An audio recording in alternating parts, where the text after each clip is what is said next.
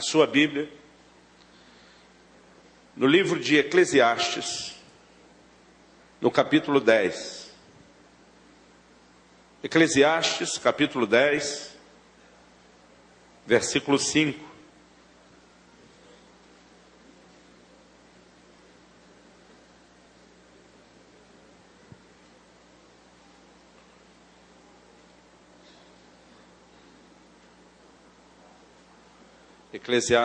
Mencionei 10, mas eu estou no capítulo 11. Eclesiastes, capítulo 11, versículo 5.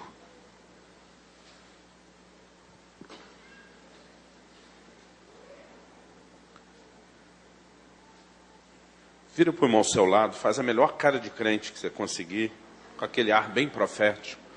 Fala para ele, Deus vai falar ao seu coração.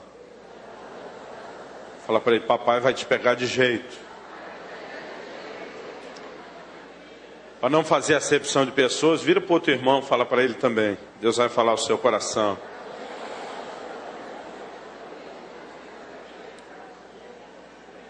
Você pode falar para ele também, se quiser, me dar um presente no final do culto, já que você não fez ontem. Mas eu me divirto com isso, porque na hora de pedir, a gente assim é ousado, é descarado. Mas na hora que o outro está falando com a gente se faz de surdo, não é verdade? Vamos lá, Eclesiastes capítulo 11, versículo 5. Diz assim a palavra do Senhor: assim como tu não sabes qual o caminho do vento, nem como se formam os ossos no ventre da mulher grávida, assim também não sabes as obras de Deus, que faz todas as coisas. Esse texto começa usando o verbo não sabes. A palavra, no entanto, traduzida aqui como não sabes, ela tem um sentido talvez mais preciso se fosse traduzido como não conheces. Na verdade, a NVI traduziu esse texto assim: assim como você não conhece o caminho do vento, nem como o corpo é formado no ventre de uma mulher, também não pode compreender as obras de Deus, o Criador de todas as coisas. Essa expressão traduzida, como eu mencionei, sabes, é a palavra hebraica yada, e ela significa conhecer. Mas não apenas conhecer, ela também pode ser traduzida como perceber, e ela ainda, que tem a ver com compreensão, e ela pode ser traduzida como perceber e ver, ou seja, é a percepção pelo contato visual. Por que eu estou tentando ampliar o significado dessa palavra? Outro dia até alguém me perguntou, pastor Monteiro, perguntou, onde você estudou as línguas originais que o senhor cita tanto? Eu falei, eu não estudei não, eu tenho um aplicativo aqui no meu tablet, na hora que eu boto o dedinho em cima da palavra, quem estudou e deixou tudo pronto, nos ajuda. Mas por que eu estou usando isso? O próprio exemplo do texto vai nos ajudar a entender que ele não está falando apenas de conhecimento, mas além da ideia de conhecimento e compreensão, ele está falando de algo que é visual. Ele menciona dois exemplos. Primeiro ele diz, assim como não sabes o caminho do vento. Quando ele está dizendo que a gente não sabe ou não conhece o caminho do vento, na verdade ele está destacando que o caminho do vento é algo invisível aos nossos olhos. Na verdade, em algum momento a gente até pode saber o caminho do vento.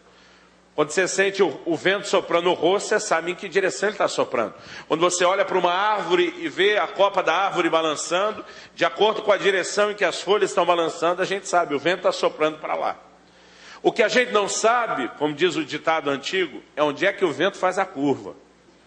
Porque, na verdade, as correntes de ar se alternam o tempo todo. Então eu posso até sentir nesse momento ele soprando no meu rosto, e logo ali ele já mudou. Eu não sei quantos aqui soltaram pipa, que fala pipa, que cada estado do Brasil tem outro nome.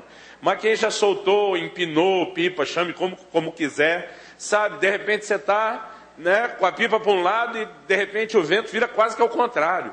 Porque as correntes de ar se alternam. Então, o caminho do vento em si, ele é invisível aos nossos olhos, ainda que haja evidência de que ele está soprando, uma hora para cá, outra hora para lá. No entanto, não é porque é invisível aos nossos olhos que deixa de ser real. É real, é um fato, é inquestionável, no entanto, ele não é visível. Aí ele entra com o segundo exemplo. Assim como não sabes como se formam os ossos no ventre da mulher grávida. Se o verbo se limitar somente aqui a saber, a gente teria que admitir que não é mais contemporânea essa afirmação. Não cabe mais para os nossos dias. Porque hoje a gente tem todo o conhecimento da biologia, tanto da calcificação, da formação dos ossos, como do desenvolvimento de uma criança no ventre da mãe. No entanto, ainda que a gente tenha o conhecimento, o processo acontece fora da vista dos olhos. A gente pode até perceber, acompanhando uma mulher grávida, que a barriga, mês após mês da gestação, vai aumentando. Tem horas que já está dando a cara que está chegando o momento. No entanto, o processo acontece fora da vista dos olhos. Eu e minha esposa tivemos 2 filhos, o Israel e a Alice. Ele hoje tem 17 anos, a Alice 14. Mas quando minha esposa estava grávida de cada um dos 2, nós fizemos pelo menos 2 ecografias para cada um, me lembro disso. E na ocasião, através da ecografia, a gente pôde ter uma imagem, ainda que momentânea, do estado dessas crianças, de como o feto estava se desenvolvendo. O médico pôde tranquilizar a gente, dizer, olha, está tudo bem, está tudo funcionando normalmente, eles estão se desenvolvendo conforme o previsto, e vai estar tudo certo até a hora do parto. No entanto, o processo inteiro, a gente sabe que é um fato, a gente tem evidências pelo desenvolvimento da barriga da mamãe, um exame ou outro, mas o processo acontece fora da vista dos olhos. Depois de usar esses 2 exemplos, o autor de Eclesiastes, pelo Espírito Santo, diz, assim também, esse assim também é, da mesma forma, da mesma maneira que você não sabe o caminho do vento, da mesma maneira que você não sabe como se formam os ossos no ventre da mulher grávida, ou a gente pode trocar saber ou conhecer por compreender ou pela percepção visual. E diz, assim também não sabes ou não compreendes, foi uma das traduções da NVI, as obras de Deus. Mas ele termina dizendo assim, que faz todas as coisas. Ele não está dizendo que Deus não age. E diz que Deus não só age, mas Deus age em tudo. Ele fala de um Deus que faz todas as coisas. No entanto, ele diz que essas obras não são necessariamente percebidas pelo nosso olho. E aqui, querido, eu quero tomar essa ideia e esse texto como introdução, para falar de uma forma de Deus agir, que eu quero rotular como o agir invisível de Deus. Deus tem a sua maneira de operar na minha e na sua vida. E eu quero te dizer, embora seja um fato de que Ele vai estar presente, Ele vai estar agindo em meio ao seu favor, a forma como Deus decidiu trabalhar na vida de cada um de nós, ela não é necessariamente previsível e nem tampouco visível aos nossos olhos.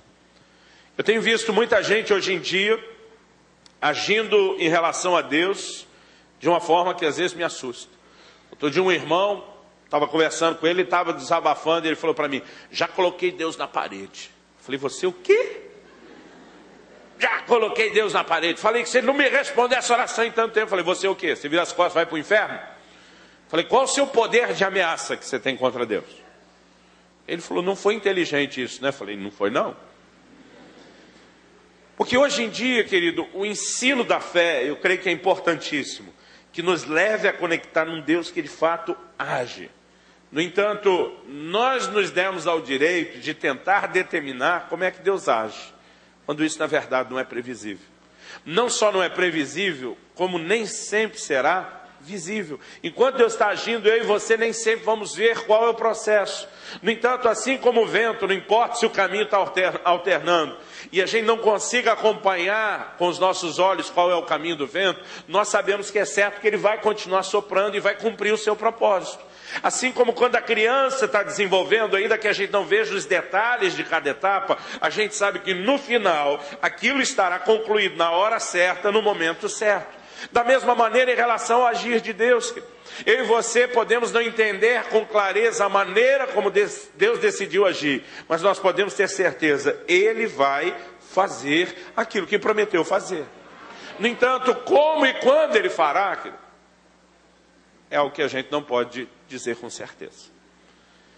Eu quero, nessa noite, tirar um pouquinho de tempo para falar um pouco da soberania de Deus, para exaltar o Deus que eu e você servimos. E eu quero começar destacando, querido, que o agir de Deus não só é invisível aos nossos olhos, como vai além da nossa compreensão. Eu acho que se Deus quisesse até mesmo fazer um movimento mais visível ou compreensível, a gente teria dificuldade de acompanhar. Em Provérbios 25:2, Salomão, cujo trono se estabeleceu mediante sua sabedoria e conhecimento, todo mundo queria ouvi-lo dissertar sobre todos os assuntos. Salomão diz assim: a glória dos reis é esquadrinhar as coisas, é ficar esmiuçando, é dando explicação. E diz, mas a glória de Deus é encobrir as coisas. Enquanto os reis fazem questão, que ele de ter explicação para tudo, ele diz, Deus faz questão de deixar algumas coisas veladas, sem resposta. Outro dia alguém me falou, mas pastor, a Bíblia não diz lá em Deuteronômio 29, que as coisas reveladas são para nós, nossos filhos, para sempre? Eu falei, sim, o mesmo texto diz, mas as coisas ocultas pertencem a Deus. Significa que nem tudo foi revelado. Graças a Deus também nem tudo está oculto, mas nem tudo foi revelado. Quando Jesus decide lavar os pés do apóstolo Pedro, a primeira reação de Pedro é contra aquilo. Não, Senhor, de modo nenhum, porque isso era trabalho, querido, de um escravo. Ele está olhando para Jesus como rei, dizendo, nunca que eu vou deixar você fazer isso. Jesus diz para ele o seguinte, Pedro, o que eu faço, você não vai entender agora. Ele diz assim, entenderás depois. Vira para o irmão ao seu lado, como fosse Deus dando um recadinho para ele. Fala para ele, o que eu faço, não entenderás agora, entenderás depois. Irmão, eu tenho uma expectativa no meu coração de que um dia nós vamos ter resposta para tudo. Até porque eu sou um cara extremamente curioso. E o apóstolo Paulo diz lá quando escreve aos Coríntios que hoje nós conhecemos em parte, não é tudo. Ele diz, um dia conheceremos plenamente, como também somos plenamente conhecidos por Deus. Esse é o jeito que nós vamos conhecer as coisas um dia, mas não agora. O agir de Deus, querido, ele não será agora, nesse momento, enquanto eu e você estamos aqui na terra, necessariamente compreensível para mim e para você. Isaías 55, 8 e 9, Deus diz, os meus caminhos são mais altos do que os vossos caminhos. Ele diz, os meus pensamentos são mais altos que os pensamentos de vocês. Eu creio que Deus está dizendo, vocês jamais vão conseguir acompanhar a minha linha de raciocínio. Em 1 Coríntios 2,14, a Bíblia diz, o homem natural não entende as coisas do Espírito, porque para eles são loucura, não faz sentido. Nós podemos pegar vários textos, querido, nós vamos continuar só reforçando a mesma ideia.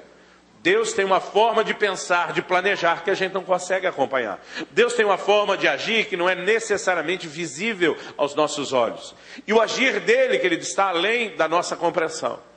E alguém me perguntou outro dia, pastor, por que você acha que Deus decidiu agir de forma invisível aos nossos olhos? Falei, a primeira resposta eu acho que ela é óbvia.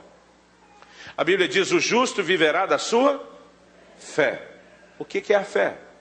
De acordo com Hebreus 11:1, definição da própria Bíblia, a fé é a convicção das coisas que não se veem. Então, se o justo vive da fé, que é a convicção das coisas que não se veem, só isso que ele já seria motivo suficiente. Assim como Deus nunca apareceu pessoalmente para você, e você crê no que a Bíblia chama de o Deus invisível, o agir dele também não tem que ser visível. Você pode crer mesmo sem enxergar a maneira como ele estará agindo. O importante é você saber como o vento está soprando, mesmo que você não enxergue o caminho. Como a criança está se desenvolvendo no ventre da mãe, mesmo que você não acompanhe o processo. Você sabe que no final, o plano e o propósito será cumprido. Agora, alguém me perguntou outro dia, pastor, há algum outro motivo pelo qual o senhor acha que Deus escolheu agir de forma invisível aos nossos olhos? Eu falei, há um outro motivo. Não vou dizer que se limita a esses dois, mas além da razão óbvia da fé, né? Paulo diz em 2 Coríntios 5,7, visto que andamos por fé e não por vista. Caminhar por fé, querido, é não depender de nenhuma confirmação visual, de absolutamente nada. Agora, além disso, há uma outra razão. Eu descobri que não é só o homem que não entende a forma de Deus agir. Eu descobri que o diabo também não entende a maneira de Deus agir. E aqui que eu quero navegar ou brincar um pouco, me divertir um pouco. No Evangelho de Mateus, no capítulo 16, quando Jesus tem aquela conversa com seus discípulos em Cesareia de Filipe, ele pergunta, quem dizem os homens ser o Filho do Homem? Eles começam a dar um monte de respostas. Jesus Estava perguntando como é que está a bolsa de apostas, o que é que estão falando de mim. Ah, estão dizendo isso, estão dizendo aquilo. Jesus disse vocês. Pedrão dispara. Tu és o Cristo, o Filho do Deus vivo. E é o momento que ele dá uma bola dentro. Jesus reconhece que ele está falando não de si mesmo, e diz, não foi carne e sangue quem te revelou isso, foi o Pai que está nos céus. Está dizendo, Pedro, essa informação nem estava dentro de você, nem veio através de homem nenhum. O Pai Celestial liberou isso para você, isso foi uma revelação do céu. Pedro se conectou em outra fonte, que é Deus, e teve um outro nível de informação. Parabéns, Pedro, bola dentro. Mas, irmão, não demorou muito e o Pedrão deu a bola fora. Daqui a pouco Jesus começa a falar da necessidade da sua morte e do seu sofrimento. E quando Jesus começa a falar disso, Pedro vai contra. Na verdade, Pedro meio que dá um sermão em Jesus. Que isso, Jesus? De forma nenhuma essas coisas vão te acontecer. Eu imagino na minha cabeça se fosse hoje, Pedro falando, pensamento positivo, Jesus. Vai dar tudo certo. Né? Para de pensar essas coisas ruins. No momento em que Pedro envereda a se posicionar contra o sofrimento da cruz, que é a grande razão pela qual Jesus veio. Jesus nessa hora reconhece que Pedro de novo não está falando de si, mas que agora ele está debaixo de outra inspiração. Em Mateus 16, 23, Jesus diz assim, para trás de mim, Satanás. Ele não está mais falando com Pedro. Aí nessa frase Jesus diz assim, porque não cogitas, a palavra cogita é pensas, não pensas nas coisas que são de Deus, e sim nas que são dos homens. Sabe o que Jesus disse? Que Satanás, o diabo, embora seja um anjo caído, e na condição de anjo, ele é superior a gente. A Bíblia diz que o homem foi criado um pouco menor do que os anjos.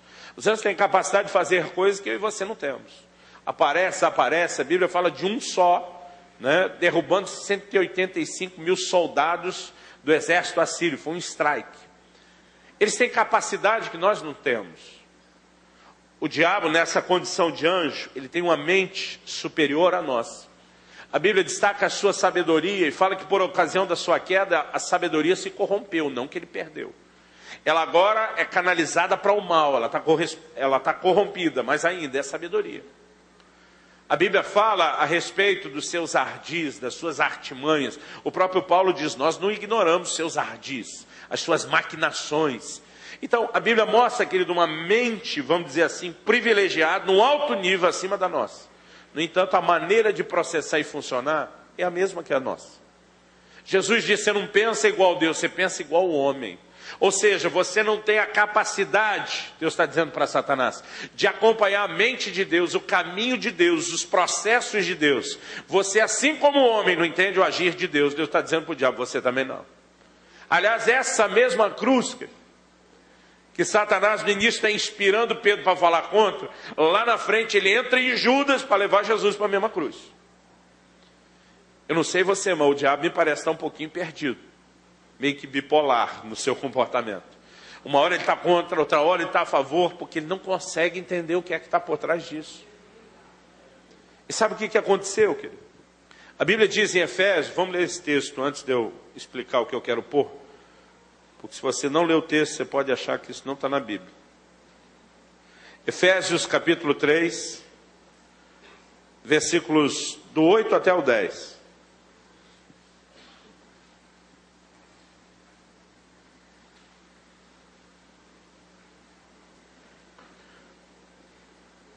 Paulo diz assim, a mim, o menor de todos os santos, me foi dada essa graça de pregar aos gentios o evangelho das insondáveis riquezas de Cristo, e manifestar qual seja a dispensação do mistério, desde os séculos oculto em Deus, que criou todas as coisas, para que pela igreja a multiforme sabedoria de Deus se torne conhecida agora dos principados e potestades nos lugares celestiais.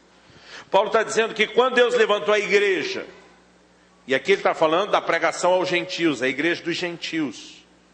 Deus, através dessa igreja que foi levantada, jogou na cara dos principados e potestades a sua multiforme sabedoria. Deixa eu tentar te explicar o que aconteceu aí com o ditado popular. Eu tenho andado pelo Brasil, eu ouço em todo lugar. Não sei se aqui em Belém também usa isso. Desde que eu era menino, a gente ouvia pessoas que, para tentar indicar esperteza, né, dizia assim: enquanto você está indo, já estou voltando. Conhece essa expressão aqui? Querido, eu diria para você que enquanto o diabo está indo, Deus já foi e voltou eternas vezes.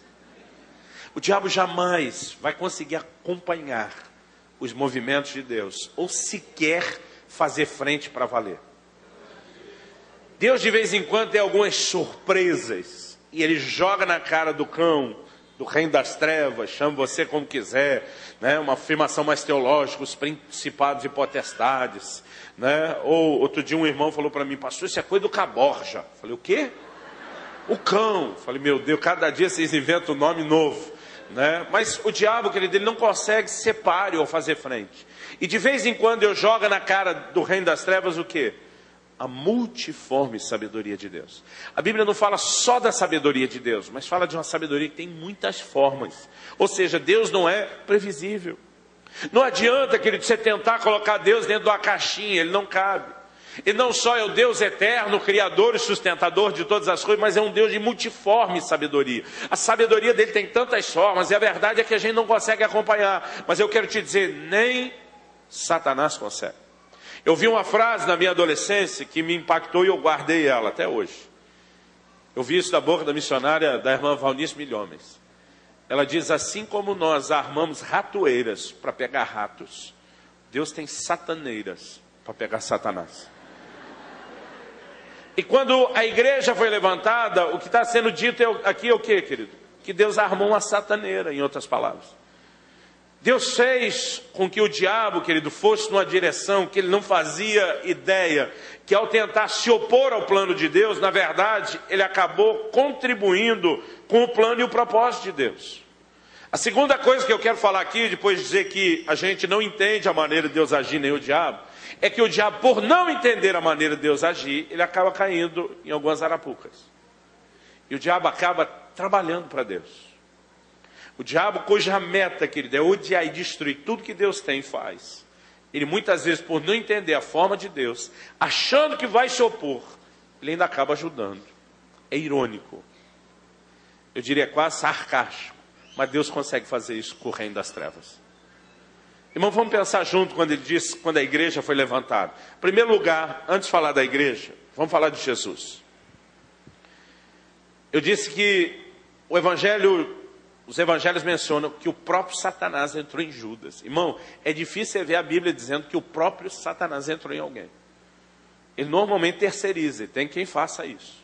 Mas acho que naquele momento ele está naquele outro ditado: quer que seja bem feito, faça você mesmo. Né? Ele pensou: essa eu não vou delegar para ninguém. Ele fez de tudo para empurrar Jesus para a cruz. Por quê? Todas as promessas do Velho Testamento apontavam a vinda do reino de Deus. Para que o reino de Deus fosse estabelecido, no mínimo duas coisas precisavam ter: o rei futuro, que era o Messias esperado, precisaria se manifestar. E esse rei só seria rei, só teria um reinado se ele tivesse um povo, se ele tivesse súditos. Deus, muito tempo antes de revelar quem seria o rei, Deus já se comprometeu com quem seria o povo. Deus faz uma aliança com Abraão e diz: em você e na sua descendência eu vou abençoar todas as famílias da terra. Deus já estava declarando para todo mundo: o que eu vou fazer na terra é através da linhagem de Abraão. Então você percebe oposições de Satanás à nação de Israel, que vai se formando a partir do patriarca Abraão. O livro de Esther é a história de como num só dia foi tentar destruir toda uma nação. Porque obviamente Satanás via esse povo, essa linhagem, vamos assim dizer, como um grande problema em relação ao que Deus prometeu fazer e aquilo que ele tinha que barrar. Mas de repente Jesus se manifesta. E quando Jesus se manifesta, ele chega anunciando uma mensagem: o tempo está cumprido. É chegado o reino de Deus. Então ele está dizendo: agora é a hora. Qual a tentativa número 1 de Satanás? Nós temos que eliminar esse cara. Então eles tentam, de todas as formas, de todos os meios, e é que pareceu mais funcional: vamos arrastar Jesus para a cruz. Vamos eliminá-lo. O que o diabo não sabia é que Jesus não veio primeiro estabelecer um reino físico. Essa era a expectativa de todo mundo. dos próprios discípulos. Irmão, a maioria deles, quando largou tudo que tinha para fazer, não foi pensando no reino espiritual. A maioria deles estava focando no reino físico. Tanto que a Bíblia fala que 2 deles, Tiago e João, os filhos de Zebedeu, um dos evangelhos acrescenta que a mãe vem junto, diz que eles vão pedir para Jesus uma coisinha de nada. Diz assim: Senhor, quando te assentares no trono da tua glória, permite que a gente se sente um à sua direita, outro à sua esquerda. O que eles estavam querendo, irmão? Deixa a gente ser ministro da fazenda e ministro do planejamento? Diz, já que não dá para concorrer com o seu lugar, pelo menos os outros 2 melhorzinhos dá para nós. Só que a Bíblia diz que os outros 10 se indignaram. Por que os outros 10 se indignaram? Porque todo mundo queria, querido, à direita ou à esquerda. Então a galera toda estava focada nesse reino natural. Ninguém, querido, ouvindo a mensagem de Jesus, de cara entendeu esse reino espiritual. Aliás, em Lucas 17, 20 e 21, a Bíblia diz: interrogado Jesus pelos fariseus sobre quando viria o reino. Porque Jesus o tempo todo está dizendo: o reino chegou, o reino de Deus é assim, o reino é assado. Quer dizer, nós não estamos vendo o reino. Aí a Bíblia diz: interrogado Jesus pelos fariseus sobre quando viria o reino de Deus. Ele responde: o reino de Deus não vem com aparência exterior. Nem dirão, ele está aqui ou ele está ali. Jesus diz: porque o reino de Deus está dentro de vós. Sabe o que Jesus está dizendo, gente? Antes de estabelecer um reino físico, eu vim primeiro estabelecer um reino espiritual. Mas ninguém conseguia entender isso. Nem quando ele explicava entendia. E nem os homens, e nem o reino das trevas. Agora a Bíblia diz: sem derramamento de sangue não há redenção de pecados. Não existia outra forma da minha, a sua redenção acontecer, a não ser com Jesus indo para a cruz, morrendo, derramando seu sangue. Agora, quando o reino das trevas empurra Jesus para a cruz, e o Salmo 22, querido, para mim que é messiânico, pinta esse quadro. Não só tem aquela frase: Deus meu, por que me desamparaste? Mas ele começa a descrever cenas do momento da morte de Jesus que você não vê de forma literal. Ele fala: touros de Bazã me cercam, cães. Ele começa a escrever algo, querido, ele não está falando das pessoas. Ele está falando do reino espiritual. Naquele momento, querido, acredito que o inferno parou para assistir. Nós vamos triunfar. E mal sabiam eles que ao tentar eliminar o rei do reino físico que eles esperavam, eles garantiram que o plano de salvação acontecesse. O diabo, tentando atrapalhar a vinda do reino de Deus, garantiu que Jesus fosse para a cruz e derramasse seu sangue por mim e por você. Achando que ia se opor, irmão, cooperou com o plano de Deus. Aí o que acontece? A Bíblia diz: Jesus veio para o que era seu, mas os seus não o receberam. A nação de Israel. Mas a Bíblia diz: mas a todos quantos o receberam, e aqui a porta se abre para os gentios, inclui eu e você, deu-lhes o direito de serem feitos seus filhos. O que o diabo percebe? Que lutou anos, querido, para subjugar a nação de Israel. Debaixo do Império Babilônico, depois dos Medo-Persas, depois da Grécia de Alexandre o Grande, por fim do Império Romano. Há muito tempo a nação de Israel não tem a sua própria identidade, não tem a sua liberdade, e ele fez de tudo para sufocá-los, para não dar a eles o direito de se manifestar. No entanto, quando Jesus vem, o povo do reino não era bem o que a turma estava esperando. Quando aquela turma toda de Israel que Jesus confronta, por quê? Eles eram os descendentes de Abraão. E chega para Jesus e diz: nós somos filhos de Abraão, tipo, nós sabemos que é pela gente. Jesus olha e diz, eu acho que se fosse hoje ele teria dito: sabe de nada, inocente. A Bíblia diz que ele olha e diz: dessas pedras Deus pode fazer aparecer os filhos de Abraão. Sabe o que Jesus está dizendo? Vocês não fazem ideia de onde virá o cumprimento dessa linhagem de Abraão. No Velho Testamento Deus falou para Abraão: a sua linhagem vai ser como a areia do mar. Falou, mas ele também disse: mas ela também será como as estrelas do céu. Sabe o que Deus está dizendo? Eu te dei uma linhagem terrena que vai se multiplicar, mas eu também te dei uma linhagem celestial, espiritual. Você vai ter filhos segundo a fé, que vão crer do jeito que você creu. Irmão, enquanto o diabo tentou cercar a nação de Israel, impedindo eles como povo de expressar o reino, debaixo do nariz dele, Deus levanta a igreja como sendo o povo que iria estabelecer o reino de Deus na terra. É esse o momento quando o Efésios 3,10 diz: para que a multiforme sabedoria de Deus se manifestasse. O que Paulo está falando em Efésios? Capítulo 1 e 2, ele fala da igreja dos gentios. Ele fala do mistério do Evangelho. Ele fala no capítulo 2 de como Deus dividiu a parede de separação entre judeus e gentios. No 3 ele entra falando, vocês podem perceber a minha compreensão do mistério. Deus me encarregou de pregar aos gentios as insondáveis riquezas de Cristo. Para que ao levantar essa igreja dos gentios, ele puder jogar na cara dos principados e potestades a sua multiforme sabedoria. Irmão, nós vamos enxergando ao longo da Bíblia que mesmo quando Satanás tenta resistir à ação de Deus, muitas vezes ele acaba trabalhando para Deus. Lutero, o grande reformador, disse em certa ocasião, o diabo é o diabo de Deus. Com isso, querido, ele não está dizendo que os dois têm nenhuma parceria, nenhuma sociedade, nada do gênero. Mas sabe o que ele está dizendo? Nenhuma ação de Satanás foge à soberania de Deus que eu e você servimos. Hoje em dia tem uma grentalhada, irmão, que está dando moral demais para o cão. Estão deixando o diabo tão poderoso, tão forte, que um dia desse, ouvindo falei, meu Deus, a minha única opção que eu tenho, se o diabo aparecer, eu deitar no chão e fingir de morto. Né? Eu acho que não vai ter outra coisa. Agora, deixa eu te dizer, querido, a Bíblia diz, Apocalipse capítulo 20, João diz assim, então vi descer do céu um anjo. Quantos? Um só. Um só, irmão, eu quero destacar isso. Não precisou de Miguel com todas as hostes celestiais, um anjo, diz a Bíblia. Vi descer do céu e colocou Satanás numa cadeia por 1000 anos. Na hora que o que eu quero chamar de o prazo de arrendamento dele, o tempo que ele tem autorização para agir cessar, um anjo é suficiente para dizer de castigo, 1000 anos. A Bíblia diz, no final dos 1000 anos, importa que seja solto por um pouco de tempo. Por quê? Vai fazer um último servicinho para Deus, antes de ser chutado para o lago de fogo e enxofre. Mas, querido, não vai precisar de todo o exército celestial para tirá-lo de circulação. Quando chegar a hora, um anjo é suficiente.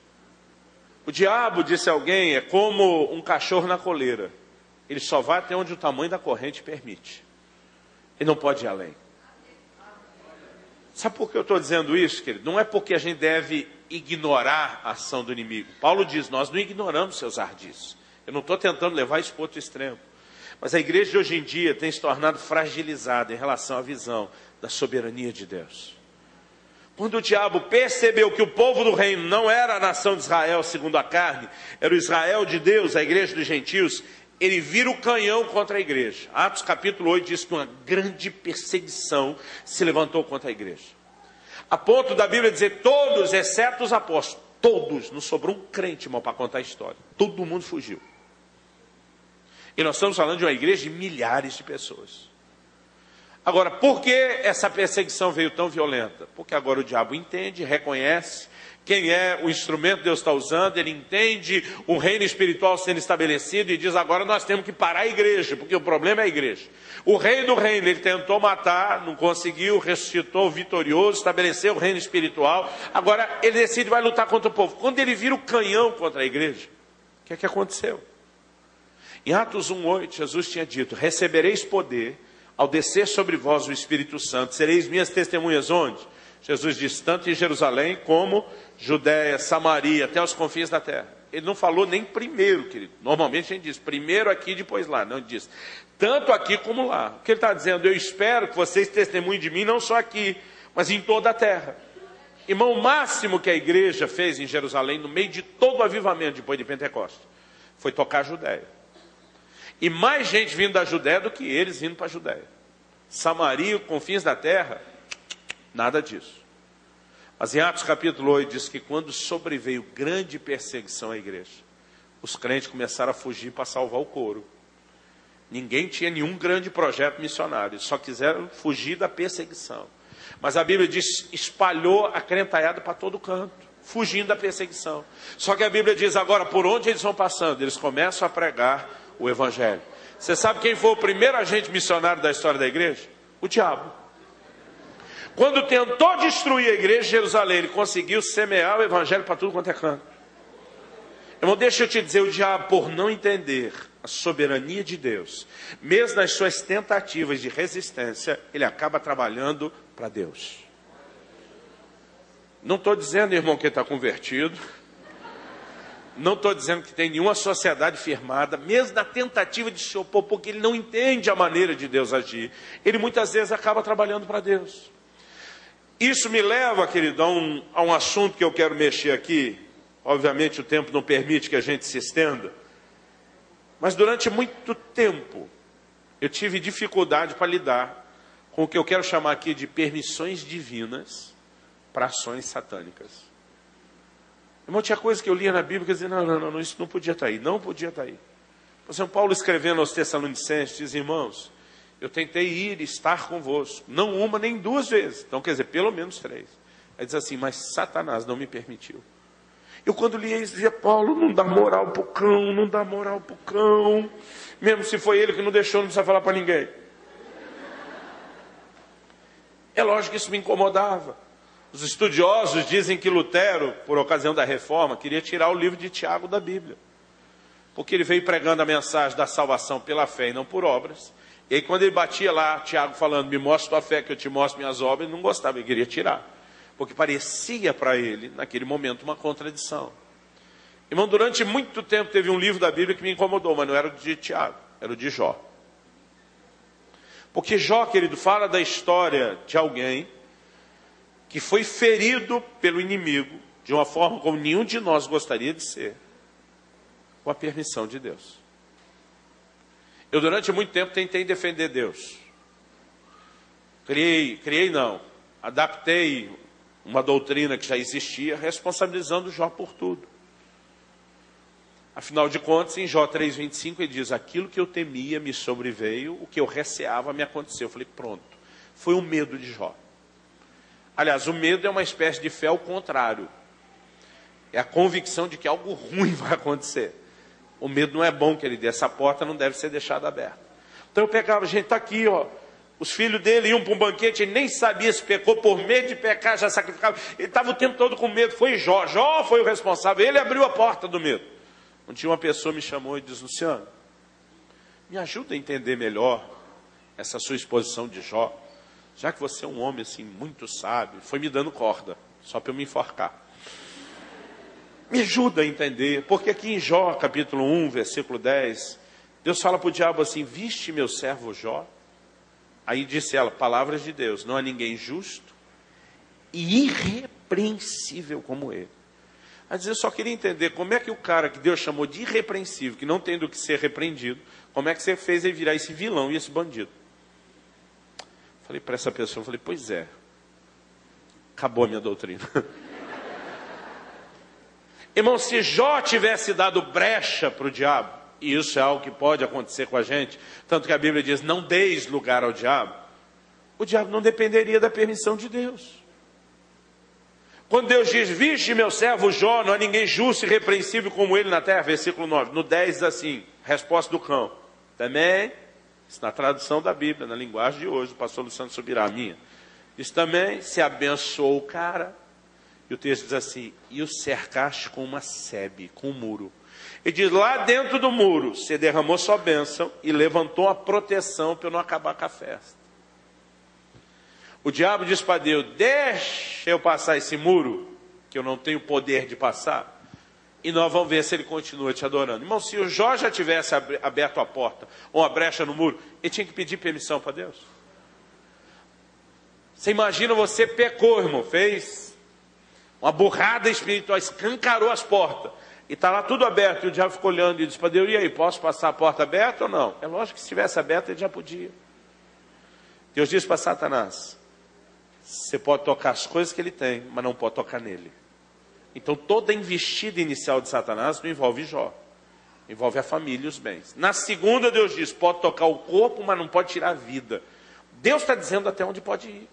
Quer a gente goste da ideia, quer não, mas irmão, isso me deixava doido. Eu dizia, não, Deus não pode. O Senhor não pode deixar o diabo tocar nenhum de nós. O Senhor é Deus, o Senhor ganha para isso, para proteger a gente. Porque nenhum de nós tem coragem de falar, mas a maioria pensa. Outro dia um falou, eu não penso, pastor, mas eu não quero nem pensar, minha cabeça fica pensando em nada, mas eu sinto. E dentro de mim, irmão, aquilo me deixava desconfortável. Agora, irmão, quando eu estava nessa briga de, puxa, e se a gente arrancasse o livro de Jó, eu comecei a descobrir que não estava só em Jó. No Novo Testamento tem mais. Em Lucas 22, se você quiser acompanha aí, 31 e 32, Jesus tem uma conversa com Pedro, no mínimo, como diria o carioca, sinistra, hein? Jesus diz assim: Simão, Simão. Aliás, por 7 vezes na Bíblia, Deus menciona o nome de alguém 2 vezes seguidas. São 7 vezes, você pode procurar de ponta a ponta.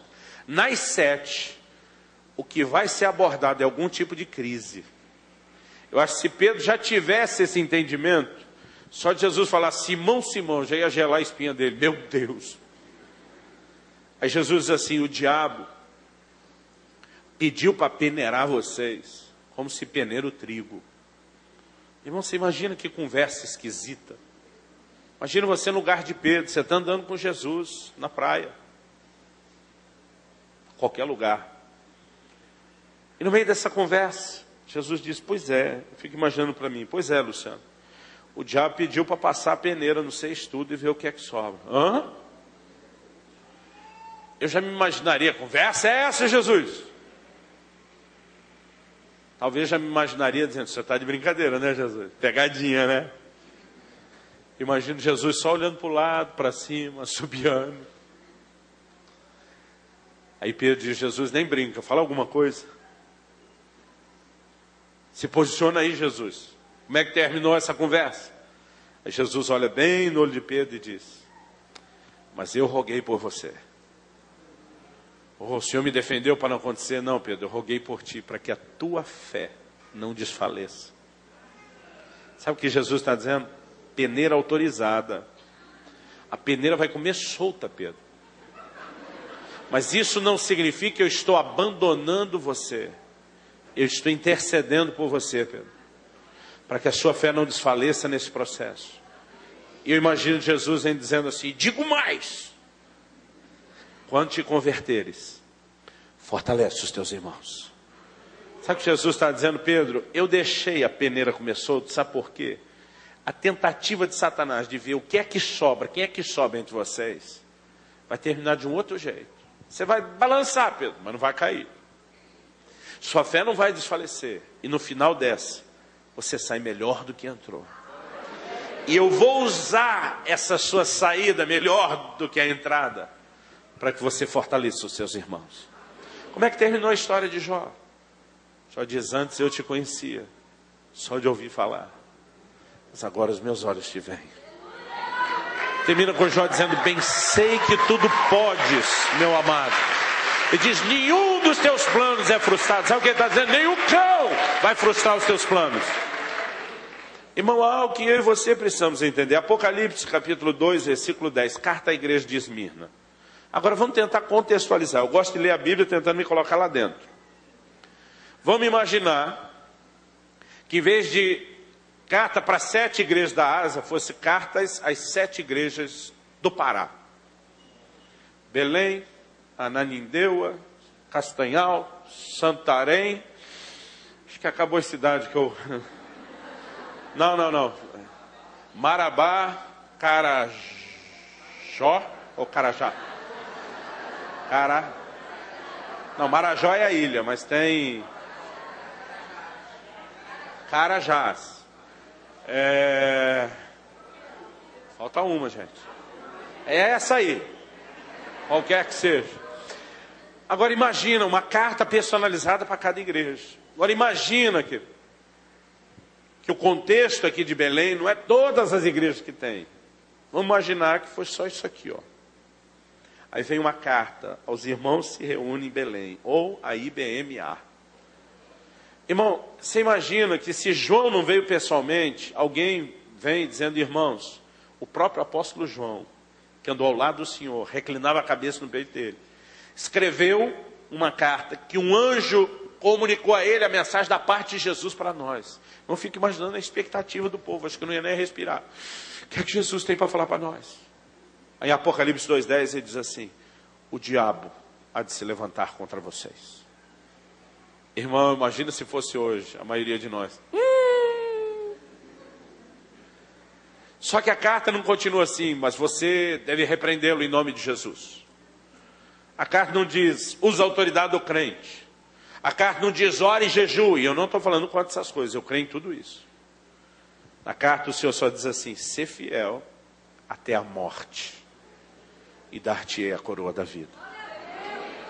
Sabe o que Jesus está dizendo? O bicho vai pegar. E no caso era o bicho mesmo. O que eu espero de vocês, só se conservem fiéis. Eu tenho a recompensa. Segura a onda, aguenta o tranco, firma o lombo, mesmo quando estiver apanhando. E não deixe de confiar ou de ser fiel a mim. Hoje em dia, querido, a gente tem muita gente fiel às circunstâncias. É gente como a mulher de Jó. Se as coisas não estão do jeito que queria, amaldiçoa Deus e morre. Porque o nosso compromisso, muitas vezes, querido, não é com ele, é com o que ele faz. Agora, nós precisamos aprender a ser fiéis a Deus, independente do que está acontecendo. Deus disse ser fiel até a morte. Se você vê tudo desmoronar e morrer, continua fiel até o fim. Há coisas, querido, que eu e você temos dificuldade de entender. Como essa questão que Jesus fala para Pedro. Você vai sair melhor do que entrou. O que me inspira muitas vezes na hora difícil é lembrar dos amigos de Daniel. Ananias, Misael e Azarias. Ou Sadraque, Mesaque e Abdinego, como a gente lembra melhor. O rei Nabucodonosor diz lá, Daniel capítulo 3, versículo 24 e 25. Diz que ele olha para a fornalha e diz, para aquela turma que ganha para concordar com ele. Nós não lançamos 3 homens amarrados dentro do fogo? Os caras, é verdade, rei, é verdade, rei. Aí diz assim, eu porém vejo 4 em vez de 3. Mas ele diz, eu vejo 4 homens soltos, passeando no meio do fogo. A Bíblia diz que o fogo não queimou um fio de cabelo, não deixou cheiro de fumaça. O fogo não queimou nada, querido, a não ser as amarras que prendiam eles. Eu e você vamos de vez em quando experimentar algum tipo de fornalha. O propósito da fornalha não é destruir você. O propósito da fornalha, querido, não é acabar com você. O propósito da fornalha é destruir as amarras que te prendam, para que você possa sair dessa situação melhor do que entrou. E mesmo quando você enfrenta um momento como esse, Jesus nunca deixa de estar ao seu lado. Eu creio que esse 4º homem na fornalha é o próprio Cristo. Aliás, o texto diz que eles estavam passeando na fornalha. Irmão, esse é o verbo, passeando na fornalha. Se estivesse falando de um shopping, de um parque, de um jardim, dá para entender o verbo passear. Na fornalha. Imagine Jesus falando para os 3, vamos para as partes mais quentes da fornalha. Eu quero mostrar o meu poder, eu quero ser glorificado aqui hoje. Eu imagino na minha cabeça até Jesus falando, Sadraque, pega um toco aceso e senta, vamos falar das coisas do reino. Mas naquele momento, queridos, sabe algo que eu e você precisamos entender? Não importa o quão difícil seja a circunstância pela qual eu e você podemos passar. Jesus disse para Pedro, eu roguei por ti. Sabe o que ele está dizendo? Eu não vou deixar de estar ao seu lado. Eu não vou deixar de interceder por você. Eu não estou abandonando você, mesmo que você não entenda o que está acontecendo. E se parecer, querido, que o diabo está agindo, eu quero que você acredite, se não é você dando brecha. Porque infelizmente tem muita gente que o diabo está agindo porque ele deixou mesmo, e o cão está fazendo uma devassa. Mas se não é você que deu lugar, querido, e você viu algum sinal do diabo agindo, pode ter certeza, é sataneira. É armadilha para ele. Porque Deus não negligencia o cuidado dele para com nenhum de nós. Quem está entendendo, diga amém. Em Romanos, no capítulo 8, no versículo 28, a Bíblia diz, todas as coisas cooperam juntamente para o bem daqueles que o amam e são chamados segundo o seu propósito. Essa palavra traduzida todas, no original grego significa todas. Fala assim, a turma sempre acha que é algo diferente. É todas mesmo. Então todas as coisas, que não são algumas, não é uma parte delas, não é nem a maioria. Todas as coisas cooperam junto. Irmão, pensa num cara que pode viver a teoria da conspiração, é o crente. A gente pode andar por aí pensando, meu Deus, tudo conspira em meu favor. Não contra, mas em nosso favor. A Bíblia diz que todas as coisas cooperam juntamente para o bem daqueles que o amam e são chamados segundo o seu propósito. Irmão, Deus tem um propósito na sua vida. Às vezes a gente não entende como é que o propósito vai se cumprir. A vontade de Deus para mim e para você, querido, não é só derramar um monte de bênçãos sobre a gente. Elas são parte de um trilho que envolve o que? O propósito. José começa a ter sonhos. Deus está comunicando o que? O propósito. Um dia eu vou te levantar para governar. E Deus faz com que tudo contribua para o quê? Para o propósito. Quando seus irmãos se levantam contra ele, tentam dar fim ao plano, na verdade empurraram ele para o Egito, que era o lugar onde ele tinha que estar para que o propósito se cumprisse. Você olha para o camarada e ele está sendo fiel lá mesmo como escravo, começou a ser exaltado, a sorte dele está mudando. Eu penso, José de repente, meu Deus, agora a coisa vai ficar melhor. A mulher do Potifar começa a dar em cima dele, ele para ser fiel a Deus, e o Potifar vai para a cadeia. Irmão, a maioria de nós, na pele de José, tinha desistido há muito tempo.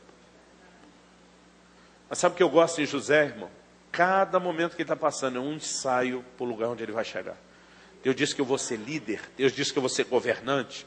Irmão, enquanto escravo, ele vira chefe dos escravos. Enquanto preso, ele é chefe dos presos. Onde ele passa, ele está treinando. Vou treinar liderança em todos os níveis, aleluia, até chegar a minha hora. Lá naquele cárcere, onde parece que agora tudo deu errado e que Deus abandonou, é onde ele vai estar, na hora certa, no lugar certo, para a grande virada, para que o plano e o propósito de Deus se cumpra na vida dele. Olha a maneira como José fala do que ele passou com seus irmãos. Abra sua Bíblia comigo em Gênesis 45, do 5 até o 8.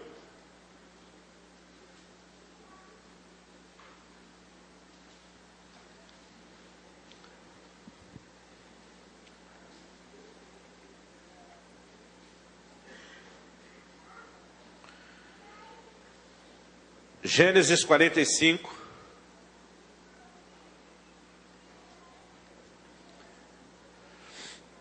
do 5 até o 8. José agora falando com seus irmãos, depois de se revelar a eles. Agora, pois, não vos entristeçais, nem vos irriteis contra vós mesmos, por me haveres vendido para aqui. Porque para a conservação da vida, Deus me enviou adiante de vós. Quem enviou? Versículo 6. Porque já houve 2 anos de fome na terra. E ainda restam 5 anos em que não haverá lavoura nem colheita. 7. Deus me enviou adiante de vós, para conservar a vossa sucessão na terra, e para vos preservar a vida por um grande livramento. Quem enviou? Deus. Versículo 8. Assim não fostes vós que me enviaste para cá, e sim Deus, que me pôs por pai de Faraó, senhor de toda a sua casa, e como governador em toda a terra do Egito. Irmão, o que José está dizendo? Que Deus está simplesmente controlando as circunstâncias a ponto das pessoas não fazerem suas escolhas? Que era inevitável que os seus irmãos fizessem o que fizeram contra ele? Não, não é isso que ele está dizendo. Aliás, a melhor forma de você entender que não é isso que ele está dizendo é lá em Gênesis 50, versículo 20. Ele tem de novo, num outro momento com os seus irmãos, a mesma conversa, só que agora a perspectiva é outra. Ele diz assim: vós, na verdade, intentastes o mal contra mim. Tipo, foi maldade de vocês. Ele diz, porém, Deus o tornou em bem, para fazer, como vedes agora, que se conserve muita gente em vida. O que ele está dizendo não é que Deus fez vocês fazerem o mal. Ele diz, quem tentou o mal contra mim foi vocês. Onde é que Deus entra? Deus transformou a intenção do mal de vocês contra mim. Ele transformou em bênção. Ele decidiu gerenciar isso. Irmão, deixa eu te dizer, para Deus não existe circunstância da nossa vida que seja refúgio. Nas mãos dele tudo é reciclável. Tudo pode cooperar juntamente para o bem, para um plano e um propósito maior que Deus tem para as nossas vidas. E eu creio, querido, que nós como igreja precisamos nos levantar num lugar e numa condição, numa visão, de que Deus não só está interessado no nosso melhor, mas Ele está procurando nos levar a esse lugar. Agora, nós também precisamos entender a maneira do diabo agir em relação a nós e a nossa posição em Deus. Eu, quando comecei meu ministério, o que eu mais pregava, baseado no que Jesus diz lá em João 10, o diabo, o ladrão vem para roubar, matar e destruir.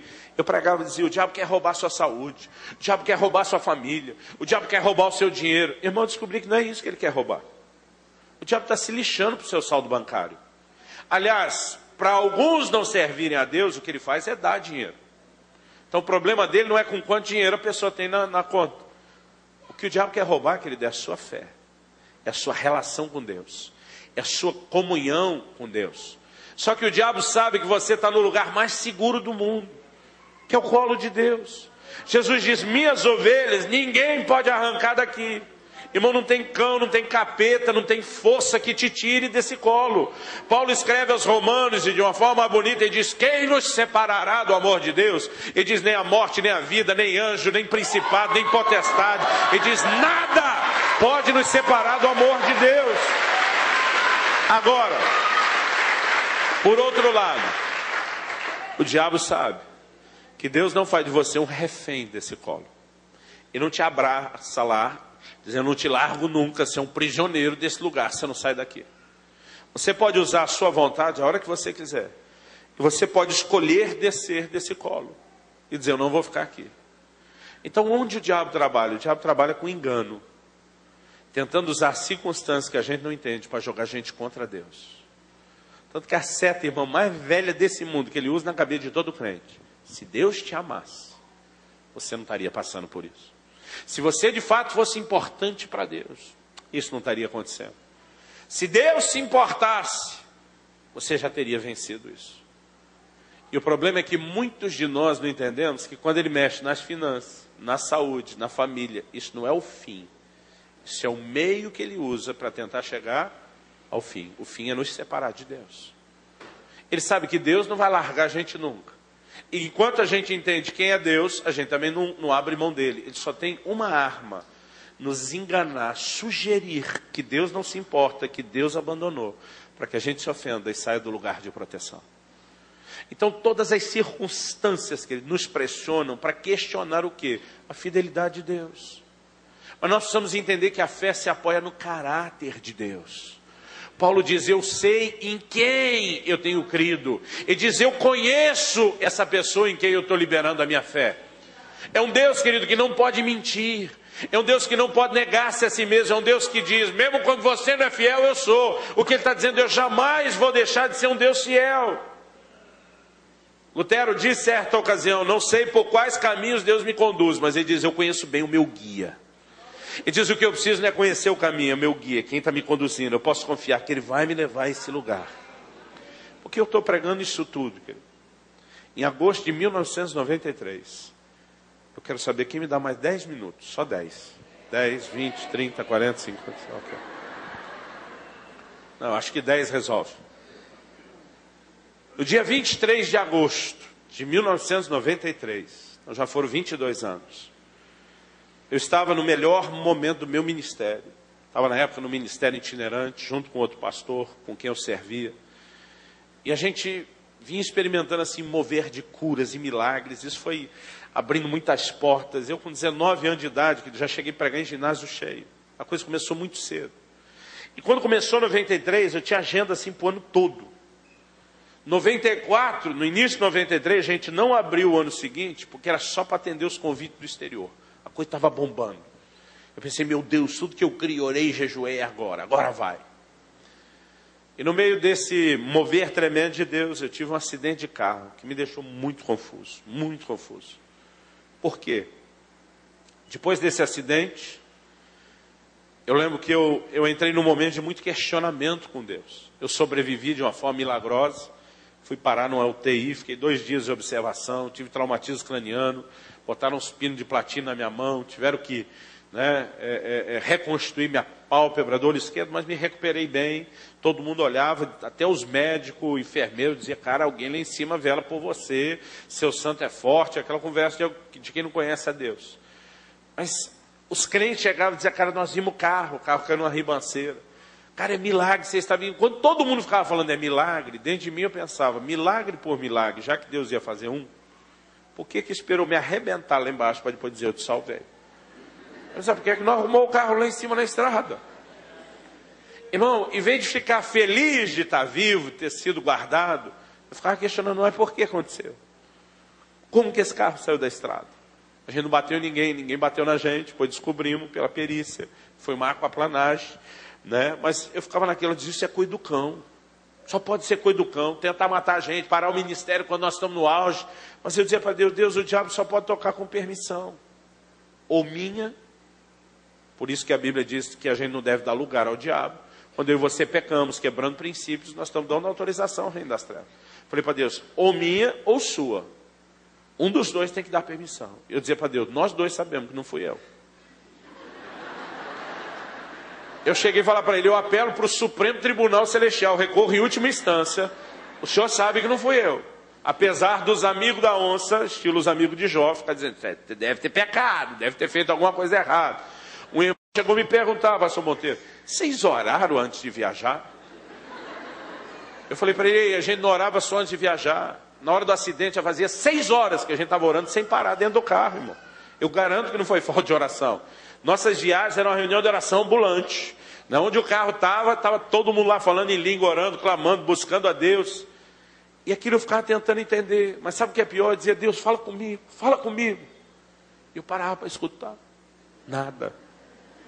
Silêncio. Irmão, pensa numa coisa difícil para mim.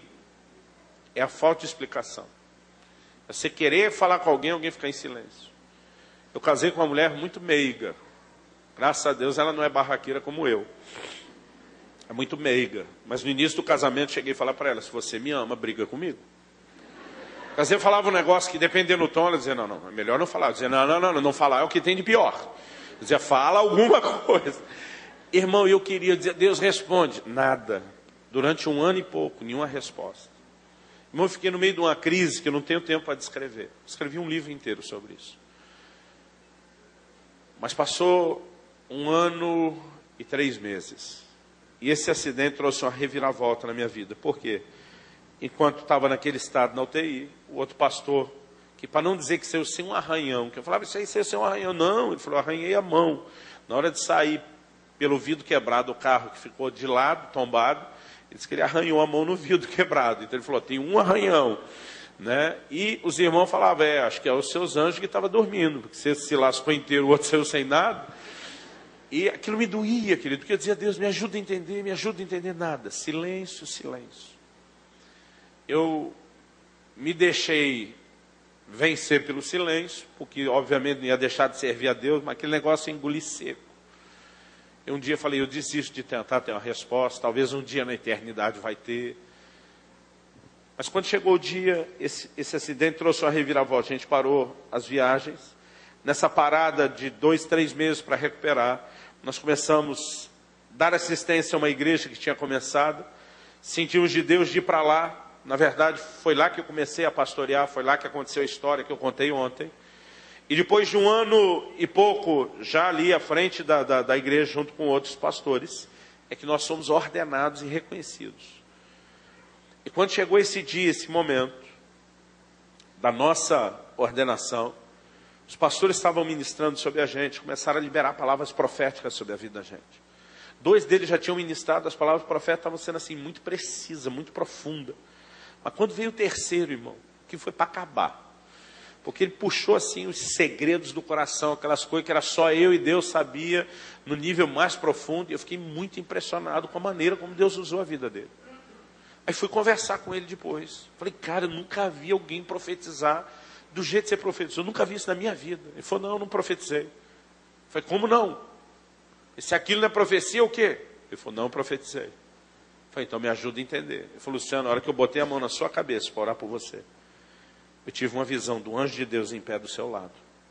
Eu falei, como assim viu? Eu falei, vi umas coisinhas esfumaciadas. Ele falou, não, vi como estou te vendo. Ouvi ele falando comigo como você está me ouvindo. Eu fiquei olhando quase sem acreditar, porque se fosse eu tinha visto um anjo, eu já tinha contado para todo mundo. O cara não fez nem menção. Ele é um homem de Deus, tem muita experiência no sobrenatural. E aí eu comecei a perguntar, cara, me conta como é que foi isso. Ele falou, o que era importante, você já ouviu o que foi a palavra. Eu falei, me conta os detalhes. Ele falou, vou te dar um pouco deles. Ele diz, na hora que eu pus a mão na sua cabeça, esse anjo apareceu em pé do seu lado. Eu falei, mas apareceu? Ele falou, do jeitinho que você lê na Bíblia. Apareceu, estava ali em pé do seu lado. Ele me cumprimentou de uma maneira muito formal e disse, fui enviado da parte do Deus Altíssimo, Todo-Poderoso. Falou para esse pastor, porque você tem uma preocupação muito grande com esses ministérios. Apontou para mim e para os outros 2, que estavam sendo ordenados. Ele fala para esse pastor, mas o Altíssimo te faz saber que eles estão nas mãos dele. Eles estão no lugar certo, na hora certa, fazendo a coisa certa. E eles estão nas mãos do Senhor, o Senhor está cuidando deles. Então, não há motivo para que você se preocupe. Hoje eu entendo a preocupação daquele pastor. Eu tinha 20 anos de idade, Monteiro, solteiro. Nem eu teria ordenado eu mesmo. Hoje, nem eu ordenaria eu mesmo naquela época. Mas ele falou, o Senhor está cuidando deles. Fica tranquilo. Quando o coração dele aliviou, o anjo apontou para mim e falou assim, quanto, porém, a esse? Aí o caldo entornou para o meu lado. O anjo disse assim, ele é rebelde. Ele não aceita o tratamento de Deus na vida dele. Não pense numa frase que doeu. O anjo aparece para Daniel, chama de homem muito amado. Para Gideão, homem valente. Todo mundo ganhou um elogio. A hora que chega a minha vez, rebelde. Me rebelei para provar que não era, mas não adiantou. Aí ele disse assim, ele não entende o tratamento de Deus na vida dele. Aí o anjo disse assim, diga para ele que o acidente de carro que ele teve no ano passado foi, como ele diz nas orações dele, foi de fato uma tentativa de Satanás para destruir a vida dele. Mas o anjo disse para esse pastor assim, diga para ele, por quê Deus o permitiu? E o anjo disse assim, o ministério dele estava crescendo mais rápido do que a capacidade dele de se deixar ser trabalhado por Deus. Então o anjo disse, era só uma questão de tempo. O que todos viam como sucesso se transformaria no fracasso. Porque ele iria sucumbir debaixo do peso do próprio ministério. Foi por isso que eu falei, com 19 anos já estava em ginásio cheio, vendo cura, milagre. Eu não teria aguentado o ritmo do sucesso. Não tinha estrutura para aquilo. O anjo diz, o diabo queria pará-lo porque o via como uma ameaça. Deus precisava pará-lo para não perdê-lo. Irmão, não vou dizer que Deus sempre vai começar pelo plano B. Eu acho que esse foi o plano B. Porque ao longo de todo aquele ano, o Espírito Santo falou várias vezes comigo. Para as viagens, o ministério itinerante. Eu quero você pastoreando. Mas eu sou filho de pastor. E eu não gostei do que eu vi quando eu cresci. Então eu dizia para Deus, a última coisa que eu vou ser na minha vida é pastor. Eu dizia para ele, eu aceito pregar como itinerante. Pastorear a igreja, eu não quero não. Se eu tivesse ouvido aquela voz, se eu tivesse obedecido, irmão, eu acredito que eu não precisava ter passado por nada disso. Eu não estou dizendo que essas coisas vêm de forma arbitrária. Mas no momento em que eu não aceitei por bem, acho que Deus começou a olhar e disse, tem que salvar o menino de qualquer forma. Não posso perdê-lo. E eu acabei passando por um processo mais doloroso do que se eu tivesse obedecido.